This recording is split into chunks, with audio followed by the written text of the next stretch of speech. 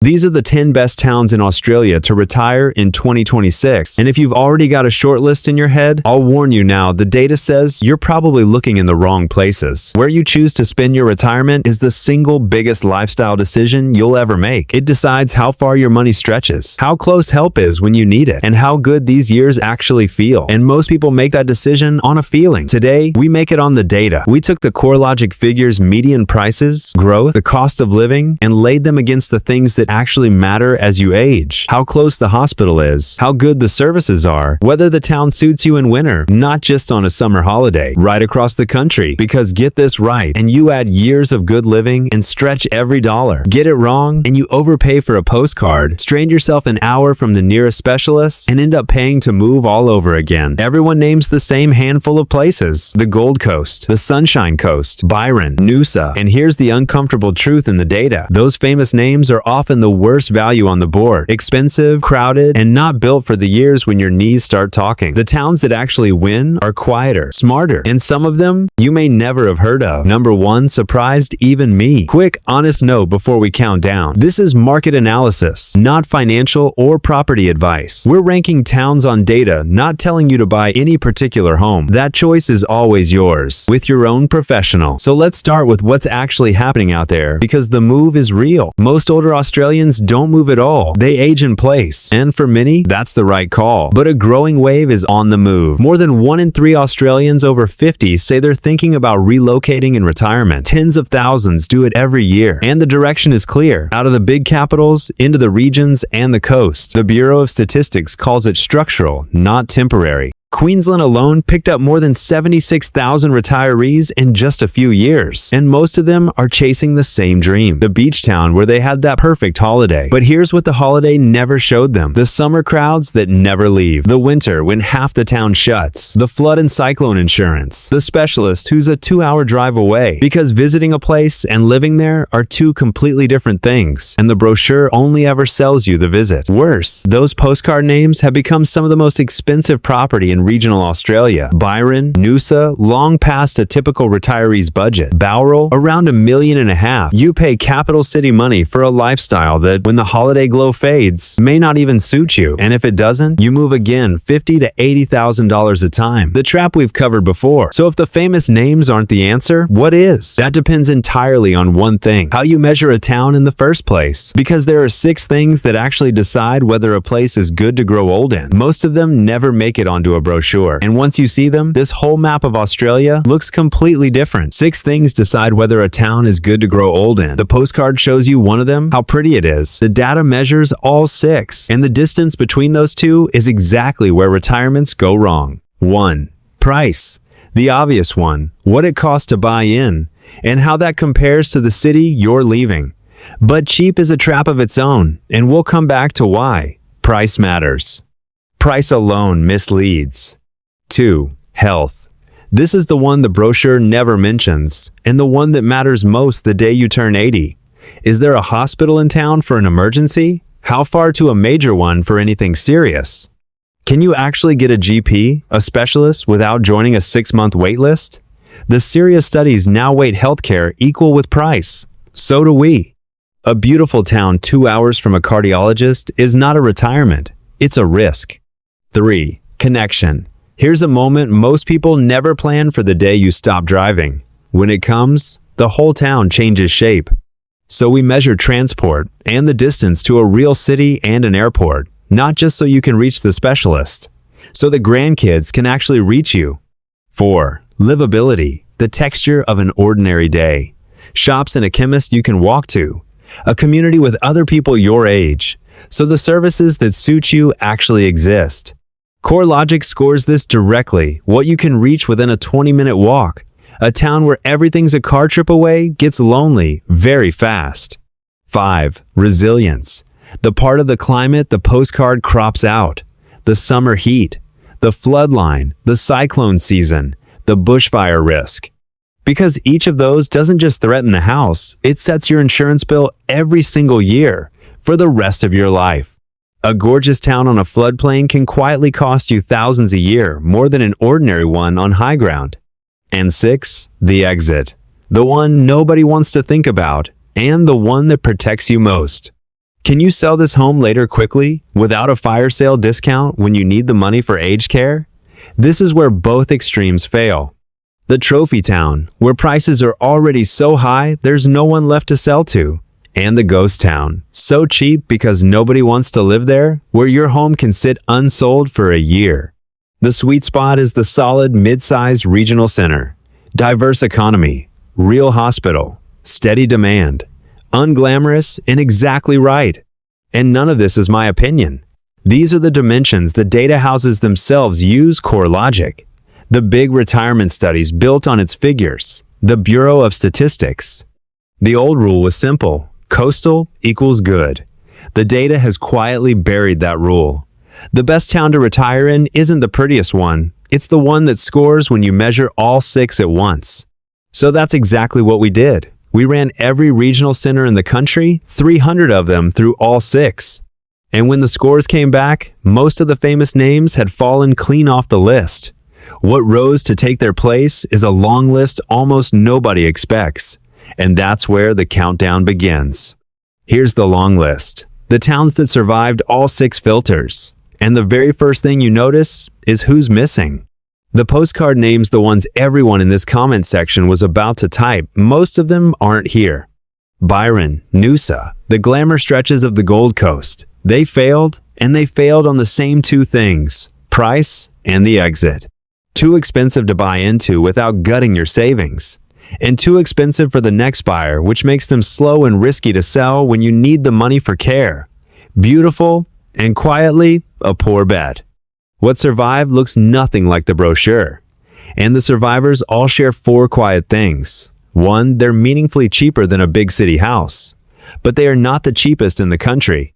The dirt cheap towns failed too. On that 6th criterion, thin markets you can't sell out of. 2, a real hospital and enough doctors. 3, a genuine community of other older Australians, so the services that suit you actually exist. And 4, a proper road, rail, or runway to a city, for the specialist and for the grandkids. And the spread surprised even me.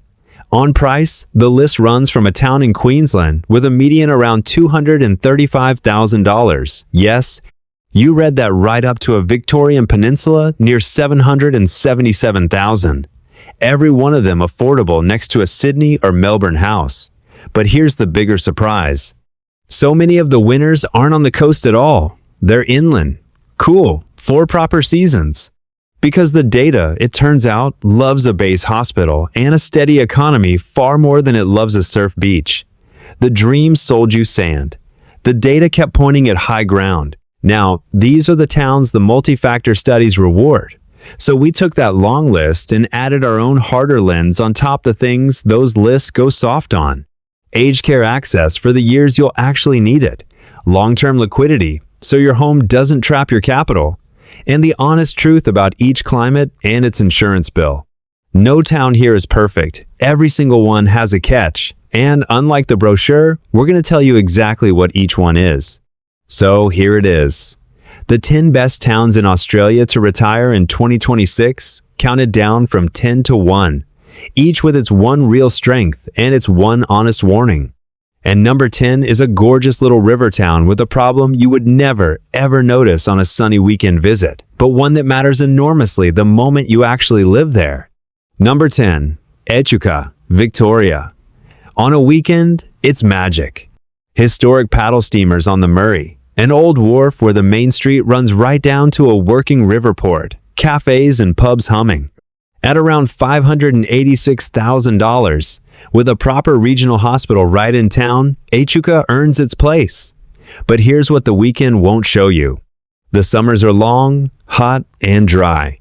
That charming tourist bustle becomes traffic you live in every peak season. And you're 2.5, 3 hours from Melbourne, so for anything the local hospital can't handle, it's a long drive. A beautiful place to visit. A slightly demanding place to grow very old. Which is exactly why our next town ranks higher. It gives you that small town feel with something Echuca can't, a full city's worth of medicine. Number 9. Launceston, Tasmania. A genuine small city, and at around $524,000, a remarkably affordable one. major public and private hospitals, an airport, a university, the arts, the cafes, and Cataract Gorge, where you can be on a riverside bushwalk 15 minutes from your front door. For everyday medical care, almost nothing on this list beats it.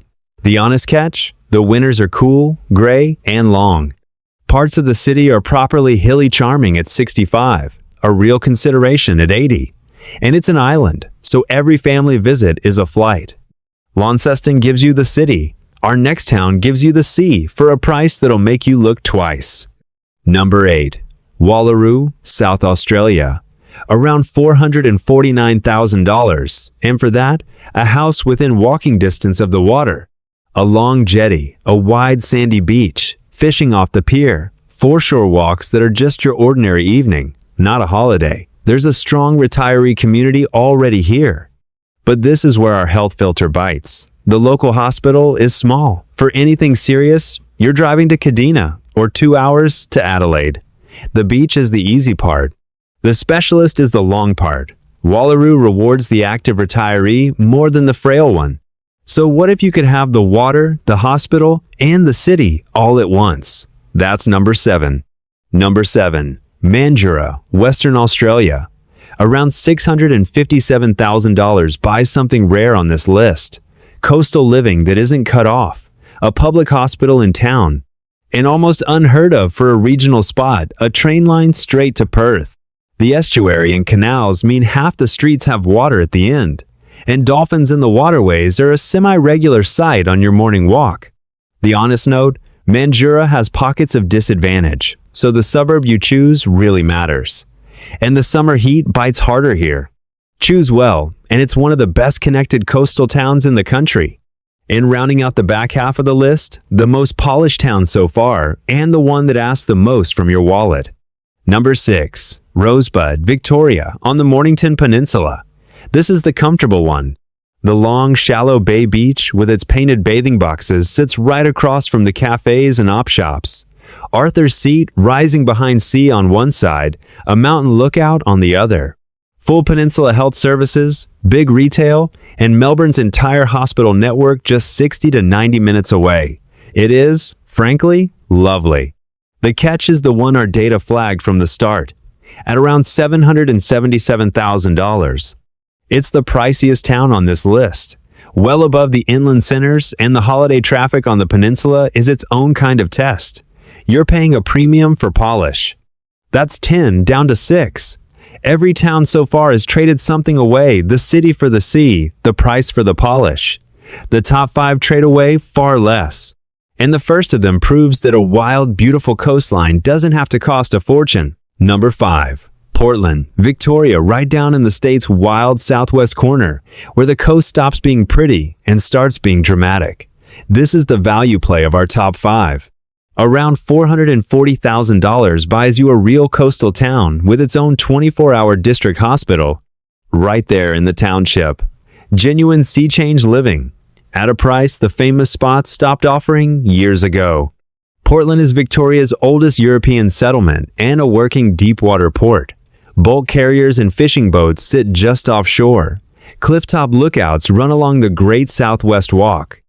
And in season, you can watch southern right whales cruise past the headlands, the same ocean drama as the fancy towns, at a fraction of the price. But here's the honest catch, and it's why it sits at 5 and not higher. Portland is remote, a long drive, 4 hours or more, from Melbourne and its major hospitals. So for the most complex care, you're traveling. The market is small, even if it's steady. And that southern coast is cool, gray, and windswept for a good part of the year. For the retiree who wants the ocean, the quiet, and the low price, and who's still active enough to handle the distance Portland delivers. Just go in clear-eyed about how far away the rest of the world is. Which brings us to number 4, a town that gives up the ocean entirely and hands you something almost unbelievable in return, a price that barely looks real. Number 4, Ingham, Queensland. And this is the one that breaks the spreadsheet. The median house price here is around $235,000, not a typo. In a country where the average capital city home costs the better part of $1 million, Ingham offers a whole house for the price of a city deposit. And it isn't a ghost town for it. There's a regional hospital, real shops, a tight community in the cane country north of Townsville. The honest catch is twofold. The summers are hot and humid, properly tropical, and for anything the local hospital can't handle, you're leaning on Townsville, over an hour away. Ingham is the answer for the retiree, whose first question is, how do I make my money last the longest? Few places on earth stretch a dollar further. But the cheapest town isn't automatically the smartest. Our next one costs a little more and buys you something Ingham can't. Number 3. Maryborough, Victoria, and no, not the Queensland one. This is the gold rush town in central Victoria, around $352,000. Still astonishingly cheap. But here's its quiet superpower. It sits right between Bendigo and Ballarat, two large regional cities, each with a major hospital. So Maryborough gives you small-town prices and small-town calm, with big hospital medicine half an hour up the road in either direction. It has its own hospital for the everyday, and the bigger guns close by for everything else. The trade-off is simply that it's quiet. This is not a town with a buzzing cafe strip or a beach. It's a town for the retiree who wants their money and their medicine sorted, and the peace that comes after. And that brings us to the top 2. The 2 towns where, no matter how hard our data pushed, it couldn't find a catch big enough to knock them down. Number 2 is the one you probably guessed, the retiree capital that actually earns the title. Number 2, Hervey Bay, Queensland. If you pictured one classic retirement town before this video started, it was probably this one, and for once, the reputation holds up. It's not the bargain it once was. A house here now runs around $840,000, though a unit sits closer to $600,000. But look at what you're buying. A full-service coastal city on the Fraser Coast, with its own public hospital, a private one, and a new bulk billing urgent care clinic for the after-hours scares. Plenty of GPs, a flat, walkable foreshore, none of the hills that punish aging knees. More than half the people here are over 50, so this is a town built around your age group, not one where you're the exception. They call it the whale-watching capital. In season, humpback surface just offshore, and the Urangan Pier runs nearly a kilometer out to sea as the town's daily walking route. And crucially, it scores where the pretty villages fail. As a real regional city, homes here actually sell, so your money isn't trapped when you need it. The honest catch? It's hot and humid in summer, and it's a long 3.5-hour haul to Brisbane for the most complex care. But on every other measure, Hervey Bay is the coast done right. Which leaves number 1. And after 10 towns of beaches, rivers, jetties, and bays, here's the twist the data never stop pointing at. The best town in Australia to retire in 2026 isn't on the water at all. It's inland, it's cool, and almost nobody puts it on their list. Number 1. Armidale, New South Wales. Not a beach, not a bay. A cool, 4-season city up on the New England tablelands, and the town the data kept crowning, no matter how many times we ran the numbers. Here's why Armidale wins where the postcards lose. Around $500,000, the most affordable of the genuinely complete, full-service towns on this entire list. A full referral hospital right in the city with real specialists, an airport with flights to Sydney and Brisbane. And because it's a university town, something rare and quietly powerful, a diverse economy. Students, academics, professionals, retirees, all wanting homes. Which means when the day comes to sell, there are actual buyers. Your money isn't trapped. And then there's the thing nobody thinks to value until they're paying for it. Armidale is inland and high, so it carries none of the coastal flood and cyclone insurance premium that quietly taxes every beach town on this list every single year. The postcard towns charge you for the view long after the view stops thrilling you. Armidale never sends that bill. It is, frankly, beautiful in a way the brochures ignore streets lined with elms and oaks that turn red and gold every autumn. A proper 4-season show that retirees plan their daily walks around. The honest catch? Those 4 seasons include cold winters, with frost. You're hours from the nearest beach. And for the deepest specialist care, you'll travel to Tamworth and ultimately Newcastle or Sydney. But for the everyday business of growing old well affordably, safely, with a hospital and a community and your capital not locked in a box, the data's answer was Armidale. Quietly, completely, Armidale. But now, I have to be honest with you, in a way most of these ranking videos never are, because a list like this is a dangerous thing. The #1 town in Australia can still be the wrong town for you. Because here's everything our 6 criteria cannot see. They can't see where your grandchildren live, and no livability score on Earth beats being a 20-minute drive from them instead of a 4-hour one. They can't see whether your cardiologist, your oncologist, the specific specialist you actually rely on, is in that town or 3 hours away. They can't tell you whether you'll click with the people, whether you'll thrive in that heat or wilt in it, whether the lively foreshore you loved on holiday will feel like home or just feel loud. And they can't see. The next 15 years, the town that fits you perfectly at 67 may fight you at 82. Even a brilliant town carries real risk. Fewer specialists than a capital. Distance that turns into isolation the day you stop driving or lose a partner. And the worst one, getting it wrong and having to move again, $50,000 to $80,000 a time. The trap we've talked about before. So hear this clearly. A ranking is a short list. It is not a destination. The best town on paper is only the best town if it's the best town for your life. Which leaves one question standing. How do you actually find that out before you sell? Before you pack a single box? Before you bet your retirement on a place? There's a way to test it. And it's the most important thing I'll tell you in this entire video. The way to test it comes down to 4 moves. And done in order, they make it almost impossible to choose wrong. First, design the life. Then, pick the town. Don't start with the map. Start with a piece of paper and write down what an ordinary week looks like when you're 80. The doctor's appointments, the shopping, the hobbies, the visits from family. Then and only then go looking for towns that can carry that week.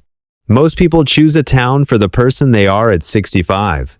Choose it for the person you'll be at 80, and you'll never have to choose again.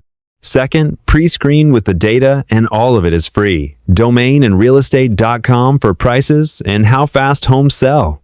The Bureau of Statistics Quick Stats for the age profile, so you know there's a community your age.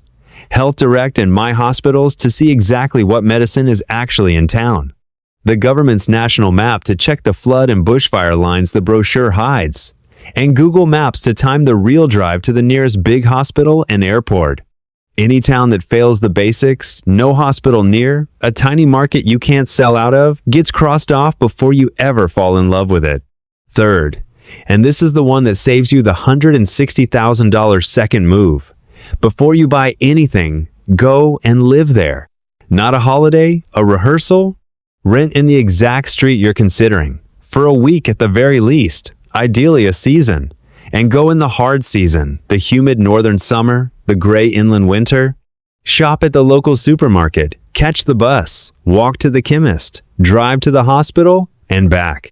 And talk to the locals, the pharmacist, the librarian, the people your age, and ask them the one question the brochure can't answer. What's it really like here in July? And fourth, the safety net. Rent before you buy. Keep your exit open until the data, the trial week, and your own gut all say the same thing. Buy only when all 3 agree. Because the whole point of this video is that the right town isn't the prettiest one or the most famous one. It's the one that still fits when life gets harder, and the only way to know that is to test it before you commit to it. A great town can add years of good living to your retirement. The right hospital, the right community, your money stretched and your days easy. But great was never a number on a list. It's the match between a place and your life. Get that match right, and where you live becomes the best decision you ever made. And there's one last piece of this that no town ranking will ever show you, the piece that can quietly make or break the whole move. Because the same tree change that lowers your costs lands straight on your age pension. Your home is exempt, city or country, but bank a big surplus from a cheaper town, and that cash gets counted, and your pension can fall. Choose to rent instead of buy, and you become a non-homeowner. Entirely different thresholds. Rent assistance, a different income altogether. Same town. two completely different retirements depending on how you do it. We run those exact numbers, the assets test, rent assistance, the regional concessions nobody mentions on our channel, Aussie Senior Finance. The link's right here. Run your move past the pension before you fall in love with the view.